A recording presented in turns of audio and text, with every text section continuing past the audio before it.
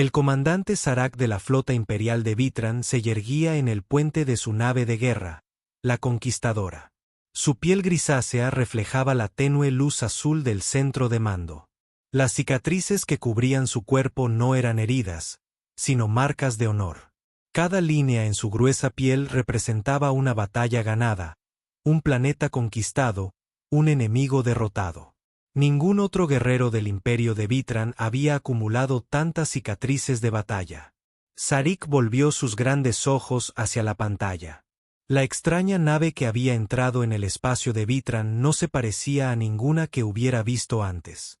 Era elegante y blanca, con bordes curvos en lugar de los ángulos agudos que preferían la mayoría de las razas espaciales. La nave había aparecido en el límite de su territorio sin previo aviso, activando los protocolos de defensa en los puestos fronterizos. «Informe», exigió Sarik con voz grave y áspera. El teniente Krex, un guerrero más joven con solo unas pocas cicatrices de batalla, se acercó con un bloc de datos. «La nave se llama Horizonte. Parece ser una nave colonial de una especie llamada humanos. Afirman haber entrado en nuestro espacio por accidente mientras buscaban mundos habitables». Sarik encendió la membrana tras su cabeza, en señal de leve interés. ¿Humanos? No he oído hablar de esta especie. Son nuevos en los viajes interestelares, comandante. Nuestros escáneres muestran que su tecnología es al menos 3 generaciones inferior a la nuestra. Sus sistemas de armas son mínimos. Su casco no resistiría ni un solo disparo de nuestras armas más pequeñas. Sarak emitió un chasquido con las placas de su mandíbula. El equivalente vitano a una risa desdeñosa. Otra especie débil que el imperio debe absorber o eliminar. Estudió la nave en la pantalla. ¿Han respondido a nuestra advertencia? Sí, comandante. Se han disculpado por la intrusión y han solicitado una reunión diplomática. Parecen deseosos de establecer relaciones pacíficas. Relaciones pacíficas, repitió Sarak como si probara un alimento desconocido. En la historia del Imperio Vitrano, la paz era simplemente el periodo entre conquistas. Muy bien. Evaluaré a estos humanos yo mismo. Es el protocolo adecuado para el primer contacto, incluso con especies que no representan una amenaza. Sarak ordenó a su nave que se acercara a la nave humana. A medida que se acercaban, los escaneos revelaban más detalles sobre el horizonte. Llevaba a 5.000 humanos en cámaras de sueño, además de una tripulación de 50 que estaban despiertos. Contenía semillas, animales y materiales de construcción. Claramente, una auténtica misión colonial. Preguntan dónde nos gustaría encontrarnos, comandante, informó el teniente Krex. Sarak reflexionó. Traer alienígenas desconocidos a bordo de su nave de guerra iría contra el protocolo. Ir a su nave lo pondría en desventaja. Díganles que nos reuniremos en la estación minera abandonada que orbita el gigante gaseoso en este sistema. Es territorio neutral. Y que traeré a mi guardia de élite. El mensaje fue enviado y los humanos accedieron rápidamente. Sarak seleccionó a sus 4 guerreros más condecorados para que lo acompañaran. Cada uno había sobrevivido a docenas de batallas por toda la galaxia. Juntos habían ayudado a conquistar 3 sistemas planetarios tan solo en el último año estándar. 6 horas después, la lanzadera Serax atracó en la antigua estación minera. La instalación había sido construida por una especie que había sido absorbida hacía mucho tiempo por el Imperio Octano. Hacía frío y estaba oscuro, y solo funcionaba la iluminación de emergencia. Sarak y sus guerreros se movían con confianza por los oscuros pasillos. Sus ojos se habían adaptado a la visión con poca luz. Entraron en la cámara principal de procesamiento, una gran sala circular con una mesa en el centro. Sarak colocó a sus guerreros estratégicamente alrededor del espacio, luego activó su dispositivo traductor y esperó a que llegaran los humanos. No esperó mucho. Los humanos entraron por el lado opuesto de la cámara. Eran 4, pequeñas figuras con uniformes azules. Sarak los observó con decepción inmediata. Eran incluso menos impresionantes de lo que esperaba. Los humanos no tenían escamas ni placas protectoras. Su piel parecía suave y vulnerable. No tenían garras, ni armas naturales visibles. Caminaban solo sobre dos patas, sin cola para mantener el equilibrio. Su cuerpo no mostraba signos de fuerza ni velocidad. Lo más sorprendente era su tamaño. El humano más alto apenas le llegaba al pecho a Zerg. Un humano dio un paso al frente, un hombre con un corto pelaje marrón en la parte superior de la cabeza. Soy el capitán Alan Miller de la nave Geraisen de la colonia terrestre. Me acompañan la teniente Susan Wright, el oficial de comunicaciones Peter García y nuestra historiadora militar, la doctora Kate Rollers. Serac comentó que habían traído a una historiadora militar a una reunión de primer contacto. Quizás estos humanos no eran del todo ingenuos. Soy el comandante Sarich de la flota imperial vitana, respondió su traductor, convirtiendo sus chasquidos y gruñidos en sonidos que los humanos podían entender. He logrado la victoria en 117 batallas. He conquistado personalmente 8 mundos y soy el primer espadachín del emperador Borex. El capitán humano asintió respetuosamente. Es un honor conocer a un guerrero tan distinguido. Comandante Serac, le pedimos disculpas por nuestra entrada no solicitada en su territorio. Nuestros sistemas de navegación no detectaron sus marcadores fronterizos. Serac se acercó a los humanos, elevándose sobre ellos. Sus guerreros ajustaron sus posiciones, manteniendo las manos cerca de las armas. El movimiento pretendía intimidarlos, pero los humanos no mostraron miedo. El Imperio Vitano controla este sector y otros 13. Serich anunció: hemos dominado esta región del espacio durante 800 ciclos. Todas las especies a nuestro alcance sirven al Imperio o caen ante él. El capitán Miller mantuvo la calma. Venimos buscando solo cooperación pacífica, comandante. La Tierra desea establecer relaciones amistosas con todas las especies inteligentes que encontremos. Sirik volvió a agitar la membrana de su cabeza, esta vez con diversión. Su nave lleva armas, solo sistemas defensivos, respondió Miller. Para protegerse de peligros naturales y posibles hostiles. ¿Y qué haría su pequeña nave si se enfrentara a una amenaza real?, preguntó Serich, señalándose a sí mismo y a sus guerreros fuertemente armados. La teniente humana Wright intervino. Esperamos resolver cualquier malentendido mediante la comunicación, comandante. Serich juntó las placas de sus mandíbulas. Estos humanos eran muy valientes o muy insensatos. Quizás ponerlos a prueba les proporcionaría algo de entretenimiento antes de decidir su destino. El Imperio Vitano reconoce su existencia, declaró Serac formalmente. Ofrecemos condiciones para su integración pacífica en nuestro dominio. Su tecnología se adaptará para satisfacer nuestras necesidades.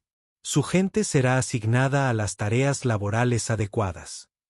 Su material genético será catalogado y preservado. La expresión del capitán Miller cambió ligeramente. Con todo respeto, comandante, los humanos no nos sometemos a la integración forzada. Buscamos el intercambio mutuo entre iguales. Sarich se sorprendió con esta respuesta. La mayoría de las especies, al enfrentarse al poder vitrano, aceptaban rápidamente su estatus inferior. ¿Se consideran nuestros iguales en base a qué evaluación? Quizás podríamos compartir nuestras historias, sugirió el Dr. Rollers, el historiador. El intercambio de conocimientos nos ayudaría a comprendernos mejor. Sarich consideró esta petición. No era un protocolo habitual, pero estos humanos le intrigaban. Su valentía, a pesar de su evidente debilidad física, era inusual. Muy bien, dijo finalmente. Accederé a su petición. Les contaré sobre la gloria vitana y ustedes me contarán sobre la historia humana. Entonces comprenderán por qué la resistencia al imperio es feudal. El capitán Miller sonrió cortésmente. Sería un honor para nosotros conocer los logros vitanos, comandante, y esperamos compartir la historia de la humanidad con ustedes. Sarich se acercó a la mesa e hizo un gesto a los humanos para que se sentaran. Permaneció de pie, con su enorme figura cerniéndose sobre ellos. Escuchen bien, humanos. Pronto comprenderán su lugar en la galaxia. El comandante Zarak comenzó su relato con orgullo en la voz. Los humanos permanecieron sentados en silencio a la mesa, observando al gigantesco guerrero alienígena pasearse por la sala. Sus 4 guardias permanecieron firmes, con sus armas visibles, pero no apuntando a los visitantes. El pueblo Vitron evolucionó en un mundo con 3 veces la gravedad de la Tierra. Sarich explicó: nuestro planeta orbita alrededor de un sol rojo que baña la superficie con una radiación que mataría a la mayoría de las especies en cuestión de días. Desarrollamos nuestras escamas protectoras y nuestra estructura ósea interna para sobrevivir a estas duras condiciones. El capitán Miller asintió, mostrando interés. La adaptación a entornos extremos a menudo produce especies extraordinarias, continuó Sara. Aprendimos pronto que solo los fuertes sobreviven. Los Vitans débiles mueren antes de eclosionar. Quienes llegan a la edad adulta han demostrado su valía mediante pruebas de combate, señaló su cuerpo lleno de cicatrices. Cada marca se gana en la batalla. Sin cicatrices, un Vitan carece de estatus. El Dr. Rollers tomó notas en un pequeño dispositivo. Su sociedad valora mucho la cultura guerrera. Entonces no separamos la cultura guerrera de la cultura, respondió Sarich. Todos los Vitans son guerreros. Algunos luchan con armas, otros con la ciencia o la estrategia, pero todos sirven a la expansión del imperio. Durante la siguiente hora, Sarich describió el auge de la civilización vitrana. Habló de sus primeros vuelos espaciales, del descubrimiento de que otros mundos albergaban recursos que podían tomar. Relató las conquistas de sistemas vecinos, la absorción de especies útiles y la eliminación de quienes se resistieron. Yo personalmente lideré el asalto en la batalla de las 3 lunas, se jactó Sarich. La flota de defensa Pelaran creía que su posición era inquebrantable. Habían fortificado 3 lunas alrededor de su mundo natal con sistemas de armas automatizados y generadores de escudos. El teniente Wright arqueó una ceja. ¿Cómo superaron esas defensas? La membrana de Zarak se encendió de orgullo. Llevé a un pequeño equipo a través del núcleo radiactivo de la luna más pequeña. Los niveles de radiación matarían a la mayoría de las especies, pero los Ptrons pueden soportar una exposición extrema durante periodos cortos. Emergimos tras sus líneas y desactivamos su sistema de mando central. Los humanos intercambiaron miradas que Sarich no pudo interpretar. Los Pelaran se rindieron después de que destruyéramos su capital, continuó Sarich. Ahora sirven al imperio como especialistas técnicos. Allí, se han reutilizado naves de guerra para nuestra flota. Se acercó a los humanos, observando sus reacciones. No mostraron miedo, lo cual lo desconcertó. La mayoría de las especies temblaban al oír hablar de las conquistas de Vitron. Nuestros guerreros pueden sobrevivir en el vacío durante 30 minutos sin protección. Sarich dijo: podemos ver en la oscuridad y detectar señales de calor de los seres vivos. Nuestras escamas desvían la mayoría de las armas de proyectiles. Nos curamos rápidamente de heridas que matarían a seres inferiores. El oficial de comunicaciones García intervino. Impresionantes adaptaciones biológicas. Deben darles ventajas significativas en situaciones de combate. En efecto, coincidió Sarich. Ninguna especie ha repelido con éxito una invasión van completa. Algunas nos han retrasado. Otras han dañado nuestras fuerzas, pero todas finalmente se rinden o perecen. El capitán Miller mantuvo un tono diplomático. Han compartido una historia impresionante, comandante. La capacidad vitrana de supervivencia es notable. Zarak detuvo su paso y se giró para encarar a los humanos directamente. Y ahora me gustaría saber de su especie, aunque sospecho que su historia debe ser limitada dadas sus obvias limitaciones físicas. El Dr. Rollers activó un pequeño proyector que creó una imagen flotante de la Tierra. Nuestro planeta se llama Tierra. Tiene una gravedad estándar para sus estándares, pero presenta una variación ambiental extrema. Desde regiones heladas donde las temperaturas caen a -40 grados hasta desiertos abrasadores donde crecen pocas plantas y vastos océanos que cubren la mayor parte de la superficie. Sarac estudió el mundo azul verdoso con leve interés. La adaptación ambiental es común entre las especies. Aunque pocos mundos presentan la gama de desafíos que forjaron al pueblo vitano. Los humanos se adaptaron de forma diferente. El Dr. Rollers continuó. En lugar de desarrollar protecciones biológicas, creamos herramientas y tecnologías para sobrevivir en entornos hostiles. Y algo más ocurrió durante nuestra evolución. Empezamos a luchar entre nosotros. Esto llamó la atención de Zerg. Conflictos internos entre especies. No es inusual. Las especies jóvenes suelen luchar hasta que un grupo dominante establece el control. Nuestros conflictos eran diferentes, dijo el capitán Miller en voz baja. Nunca se detuvieron. Incluso mientras desarrollábamos tecnologías avanzadas, seguíamos librando guerras cada vez más destructivas. Serac hizo un gesto de desdén. Las guerras civiles son ineficientes. Desperdician recursos que se podrían utilizar mejor para la expansión. Nuestra guerra global más reciente involucró a más de 70 millones de combatientes en 6 continentes. El Dr. Rollers declaró que resultó en aproximadamente 80 millones de muertes, tanto militares como civiles. Sarac parpadeó. La primera señal de auténtica sorpresa. 70 millones de guerreros. Su población debe ser inmensa. En aquel entonces, aproximadamente 2.000 millones, respondió Rollers. Hoy, la Tierra tiene casi 10.000 millones de humanos. Serac calculó rápidamente. Ustedes comprometieron menos del 4% de su población en este conflicto. Esta no era una guerra seria para los estándares de Vitran. La doctora Rollers volvió a tocar su proyector. La imagen cambió para mostrar un paisaje desolado lleno de trincheras y cráteres fangosos. Esto es de una batalla que llamamos Verdún. Casi 1 millón de humanos murieron o resultaron heridos aquí.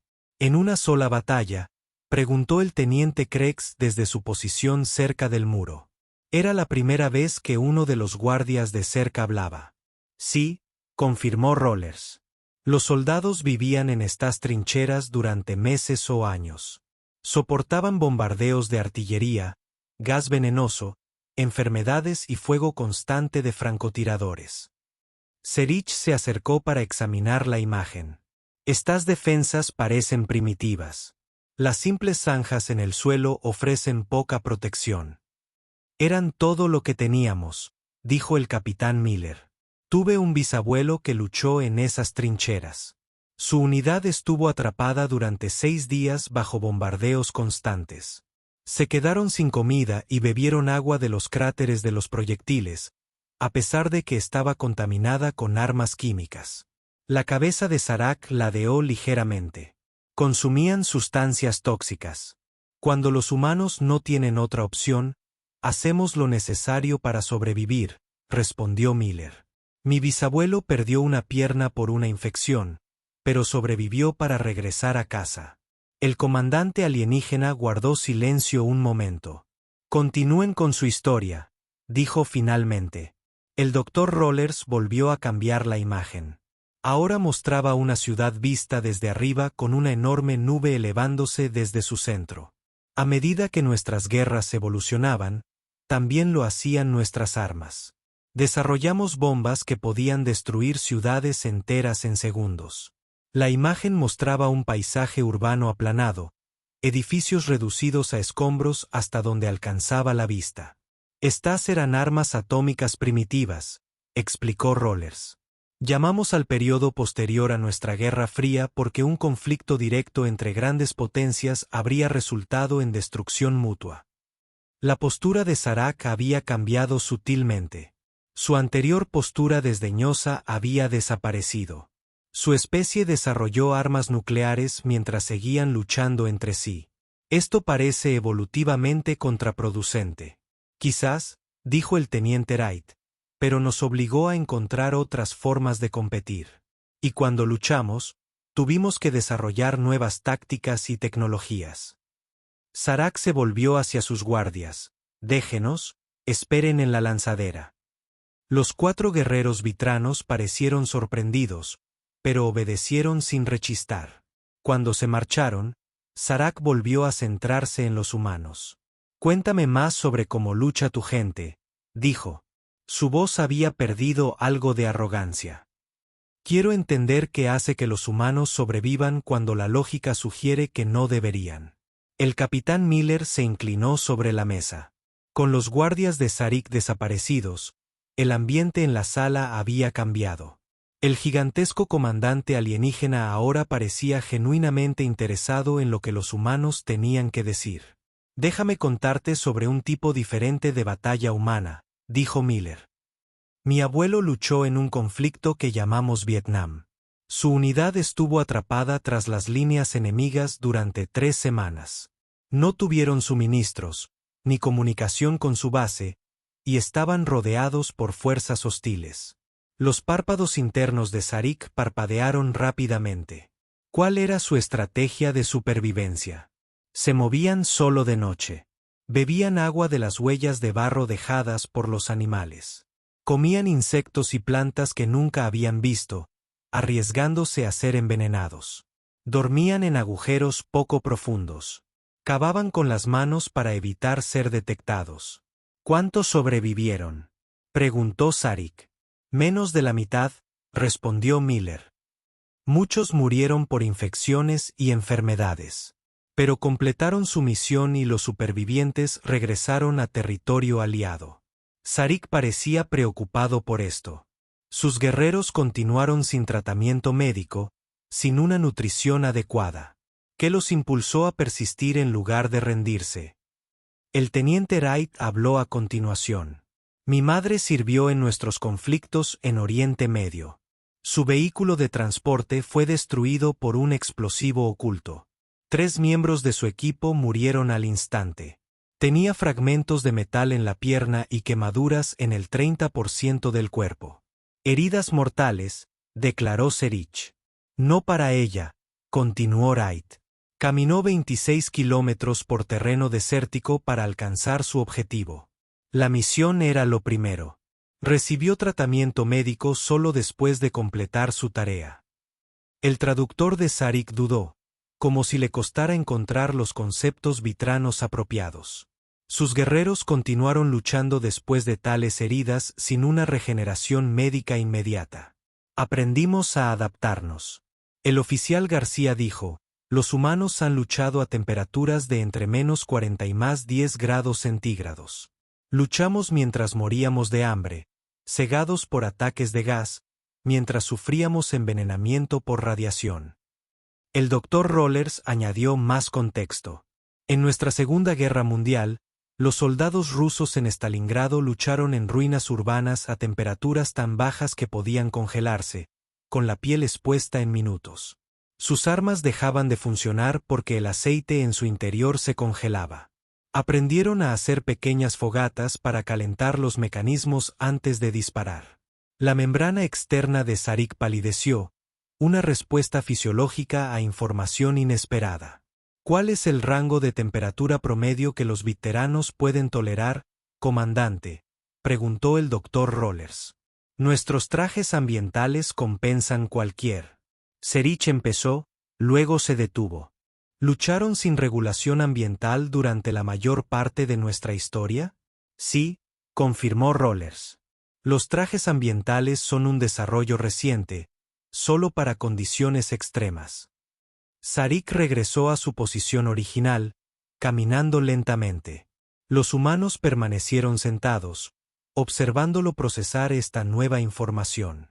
Durante los inicios de la carrera espacial, continuó Rollers, nuestros astronautas fueron al espacio en cápsulas con soporte vital mínimo. Si los sistemas fallaban, morían. Perdimos tripulaciones por fallas en los equipos, pero seguimos enviando humanos al espacio. ¿Su especie acepta tales bajas?, preguntó Sarik. No con gusto, respondió el capitán Miller. Pero entendemos que tanto la exploración como el conflicto conllevan riesgos. Cuando la primera nave llegó a su sistema estelar, ¿regresaron todos los miembros de la tripulación? Serich dejó de pasearse. No. Casi el 30% murió por exposición a la radiación o fallos del equipo, pero era una pérdida aceptable para una misión así. Los humanos piensan de forma similar, dijo Miller, aunque intentamos minimizar las bajas en la medida de lo posible. Sarek volvió a sentarse frente a los humanos. Su postura había cambiado por completo desde su primer encuentro. El arrogante guerrero ahora se inclinaba hacia adelante con intensa concentración. Cuénteme más sobre sus técnicas de adaptación, pidió. La doctora Rollers mostró una nueva imagen en su proyector. Mostraba a un humano con un traje de buceo primitivo. Esto es de nuestras primeras exploraciones submarinas. La presión en las profundidades oceánicas aplastaría a los humanos desprotegidos, así que construimos estos trajes. Fallaban con frecuencia. Los buzos sufrían la enfermedad de las curvas, dolorosas burbujas de gas en la sangre, o sufrían toxicidad por oxígeno que les causaba convulsiones. Aún así, siguieron buceando, observó Sarek. Necesitábamos explorar, dijo Rollers simplemente. Lo mismo ocurre con el alpinismo. Los humanos han escalado nuestras cumbres más altas sin oxígeno, a temperaturas que congelan la piel expuesta en segundos. Muchos murieron en el intento. ¿Qué valor estratégico podrían tener esos lugares?, preguntó Sarek. Ninguno. Miller admitió. Lo hicimos porque el desafío existía. El teniente Wright volvió a dirigir la conversación hacia la guerra. En los conflictos del desierto, nuestros soldados operaban a temperaturas lo suficientemente altas como para causar un golpe de calor en minutos. Su equipo se sobrecalentaba. La arena obstruía las armas y los motores. Aún así, cumplían sus misiones. Y en el entrenamiento ártico, añadió García, las fuerzas especiales aprenden a sobrevivir al caer a través del hielo en agua helada. Tienen técnicas para evitar la muerte inmediata, para salir y para calentar sus cuerpos lo suficiente como para sobrevivir hasta el rescate. Sarek hizo un gesto que los humanos no pudieron interpretar. Los vitrones no sobrevivirían a tal inmersión sin protección. ¿Qué hay de la privación de sueño?, preguntó el doctor Rollers. ¿Cuánto tiempo pueden funcionar los guerreros vitranos sin descansar? Nuestro metabolismo nos permite permanecer alerta durante 3 días estándar antes de que el rendimiento disminuya, afirmó Sarek con renovado orgullo. Durante ciertas operaciones, Miller dijo, se sabe que los soldados humanos funcionan con un sueño mínimo durante semanas. Su rendimiento se ve afectado. Comienzan las alucinaciones, pero siguen luchando. La membrana de Serich se agitó. Esto daña las vías neuronales. Sí, confirmó Rollers. Lo llamamos fatiga de combate o neurosis de guerra. En términos modernos, trastorno de estrés postraumático. Muchos guerreros cargan con daños psicológicos de por vida. Sin embargo, siguen sirviendo. Muchos lo hacen, dijo Miller. Aprenden a funcionar a pesar del daño. Sarek guardó silencio un largo rato. Cuando volvió a hablar, su voz había perdido su arrogancia anterior. En la doctrina militar de Vitron, tenemos un cálculo de las tasas de bajas esperadas en varios escenarios de combate.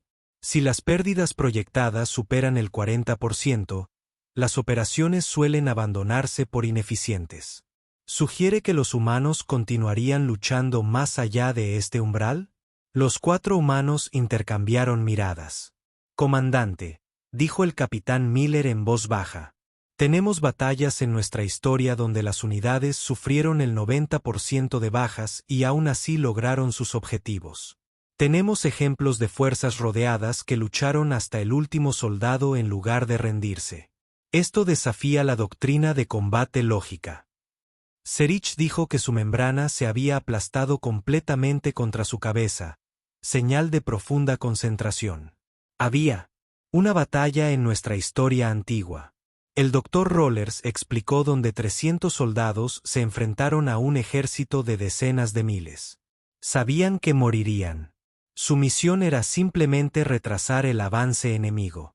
¿Un despliegue suicida?, preguntó Serich. ¿Lo llamaban deber?, respondió Rollers.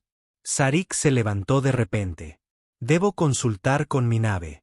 Continuaremos esta conversación después de un breve receso.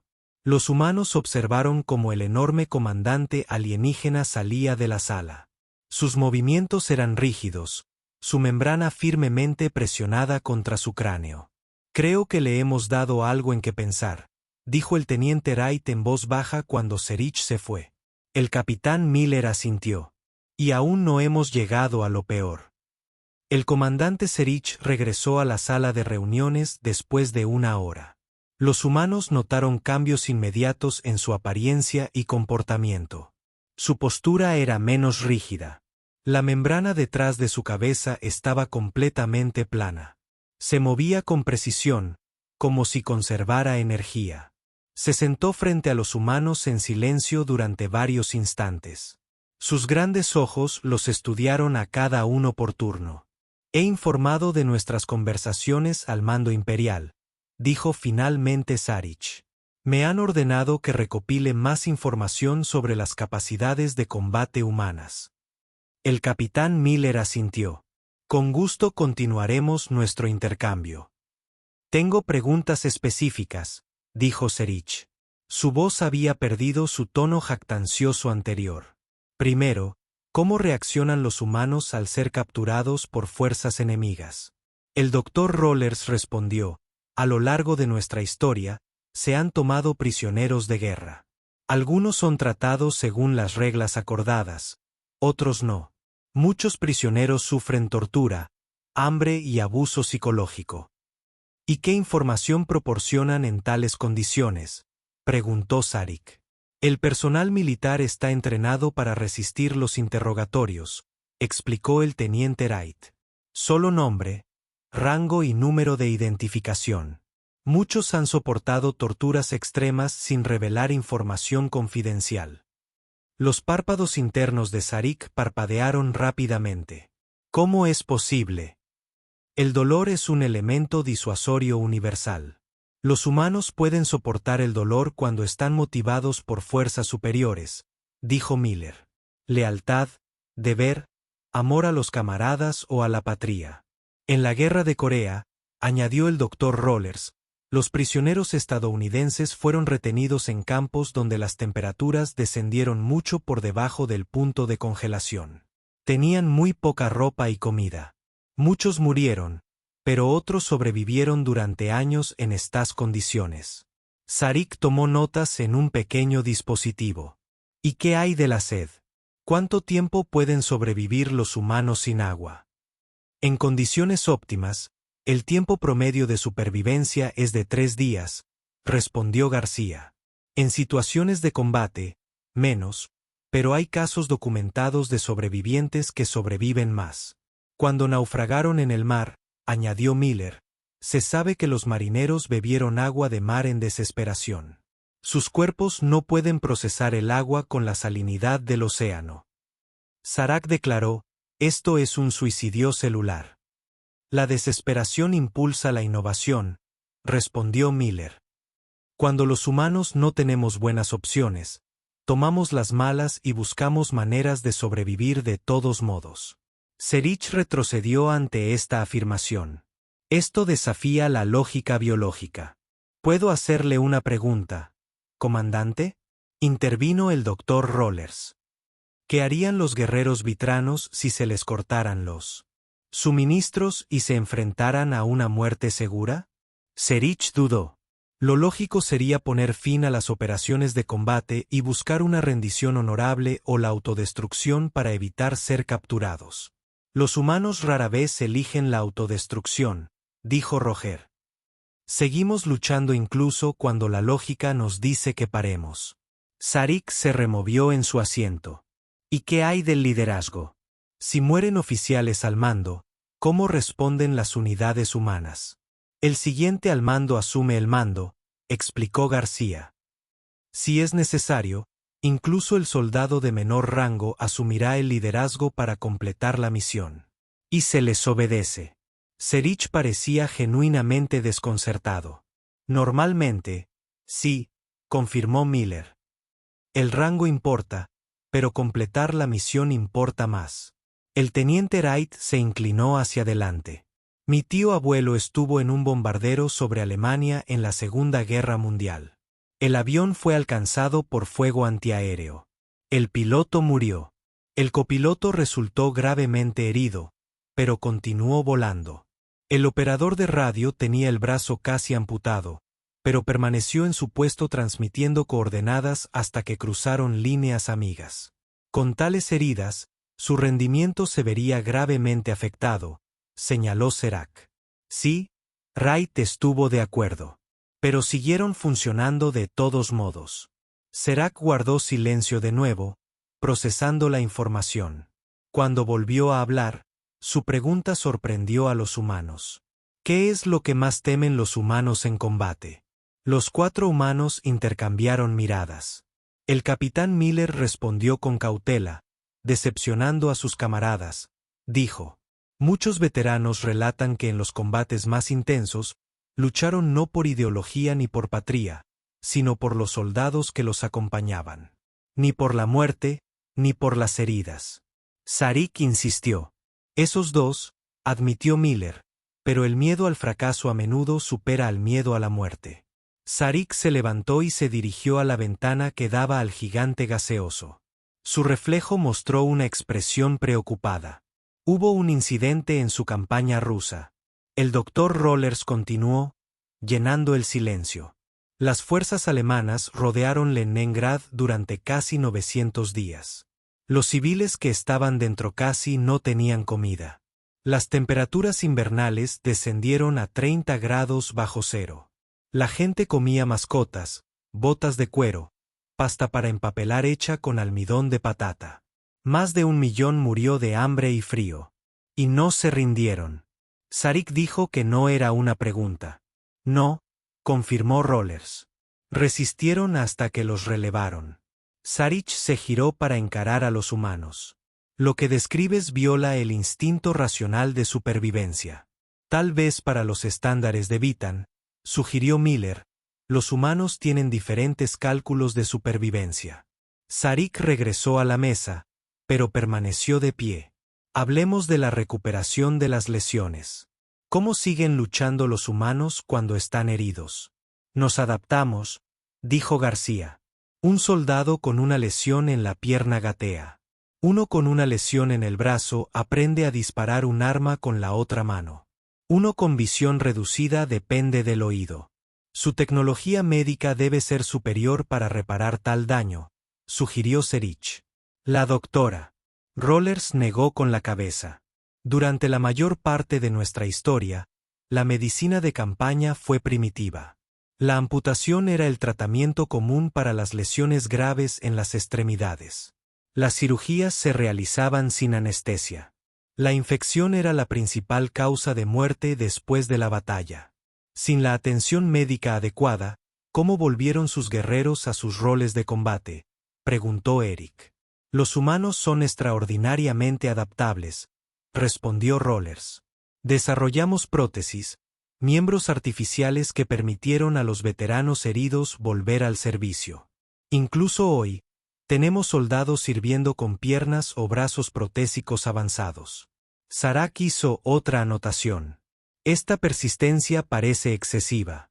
Hubo un ejercicio de entrenamiento para fuerzas de élite, dijo Miller, cambiando ligeramente de tema. Capturaron a los reclutas, los colocaron en pequeñas cajas bajo el agua y los dejaron allí durante horas. No se les dijo cuándo serían liberados. El propósito era probar la resistencia mental. ¿Qué porcentaje sobrevivió a dicho entrenamiento?, preguntó Saric. La mayoría lo hizo, respondió Miller. Aunque algunos sufrieron daño psicológico, y estos guerreros dañados, fueron retirados del servicio. Algunos sí, otros continuaron con sus deberes a pesar del trauma. La membrana de Saric se agitó rápidamente, una señal de agitación que los humanos no habían visto antes. Su especie, dijo finalmente, con una voz inusualmente baja, parece haber evolucionado en condiciones que, según los estándares vitanos, calificarían de desastre planetario sostenido. La Tierra tiene entornos desafiantes, reconoció el capitán Miller, pero la consideramos bastante hospitalaria.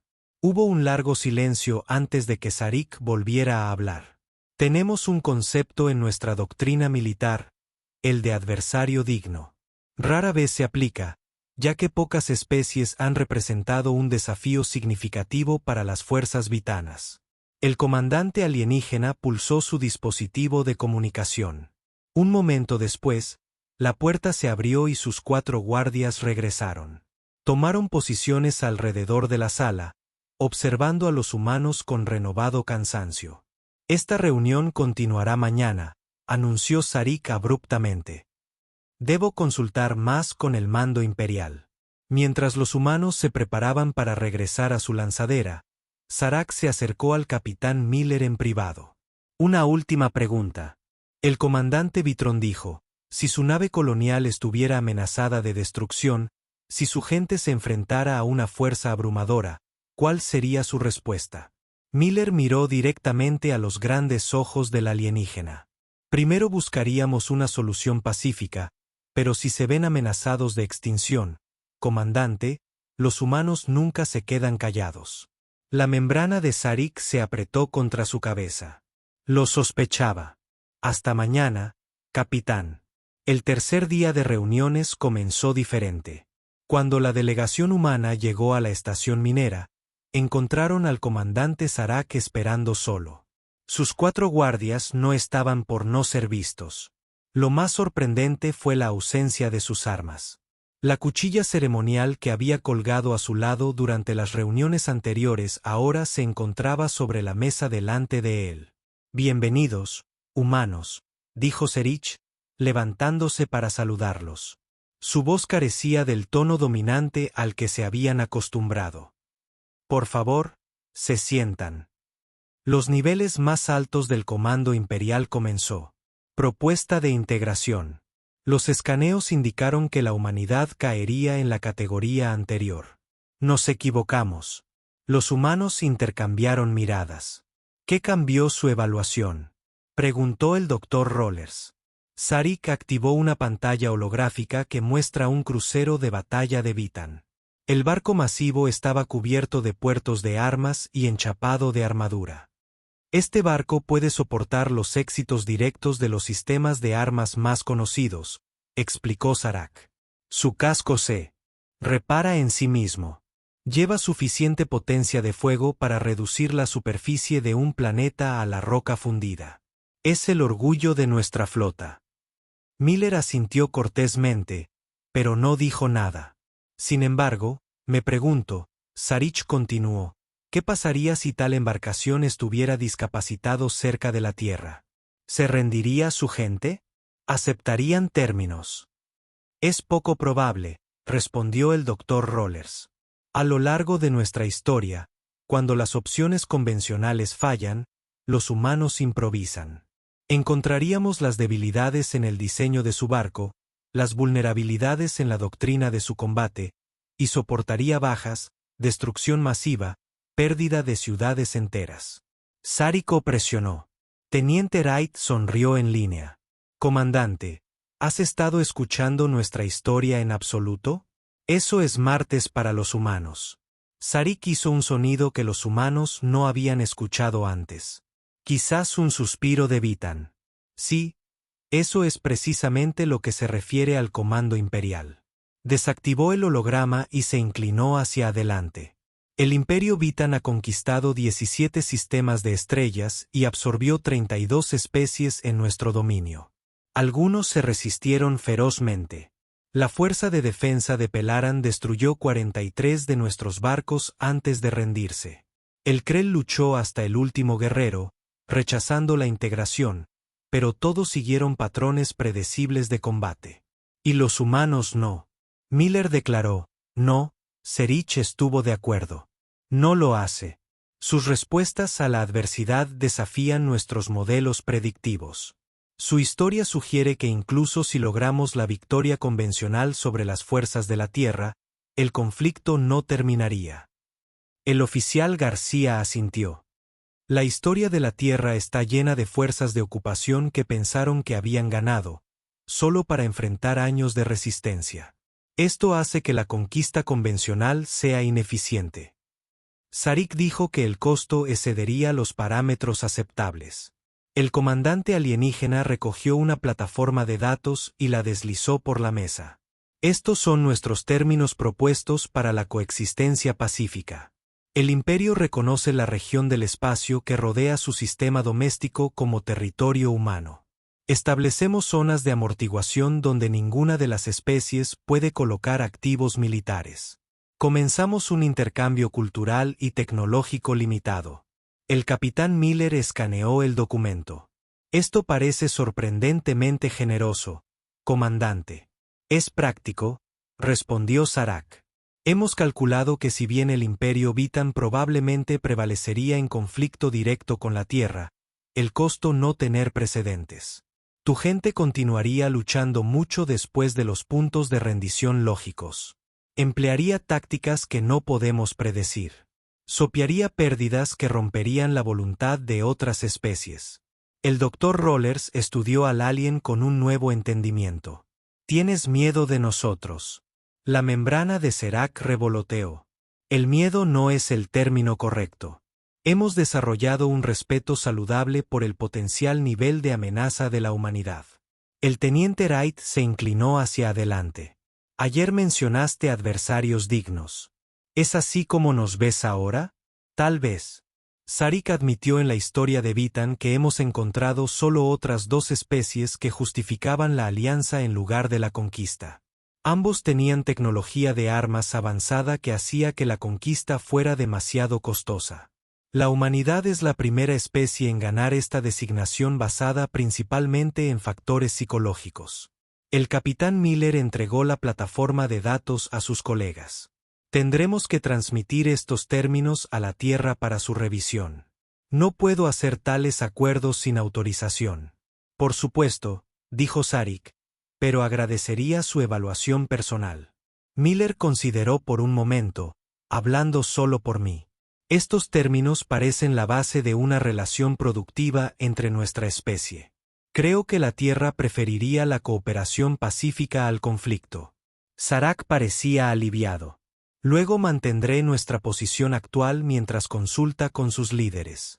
La flota de Vitan permanecerá en la frontera del espacio humano, no como una fuerza de invasión, sino como un amortiguador respetuoso. A medida que la reunión continuó, discutieron asuntos prácticos de protocolos de comunicación y posibles reuniones futuras. El tono se mantuvo cordial, profesional y carecía de la tensión de los días anteriores. Cuando los humanos se prepararon para partir, Sarek se acercó al capitán Miller en privado una vez más. «Hay algo que debo saber», dijo el comandante de Vitron. «Su pueblo ha sobrevivido a conflictos tan terribles, tales condiciones brutales. Sin embargo, busca contacto pacífico en lugar de conquista. ¿Por qué?» Miller consideró la pregunta cuidadosamente. «Debido a que aprendimos algo de nuestras guerras, Commander. Aprendimos que la supervivencia no es suficiente. Queremos construir algo que valga la pena sobrevivir». La membrana de Sarek fladó refloso. En la plataforma de observación, al ver su pequeño barco. Han llevado a los poderosos vitanos a la extinción. Distancia respetuosa y relaciones pacíficas. Algunas especies son demasiado peligrosas para luchar, incluso cuando la victoria parece segura. Sarek giró de la ventana flotante y caminó lentamente de regreso a su transporte. Por primera vez en su larga carrera militar, agradeció que un primer contacto hubiera terminado en diplomacia en lugar de combate.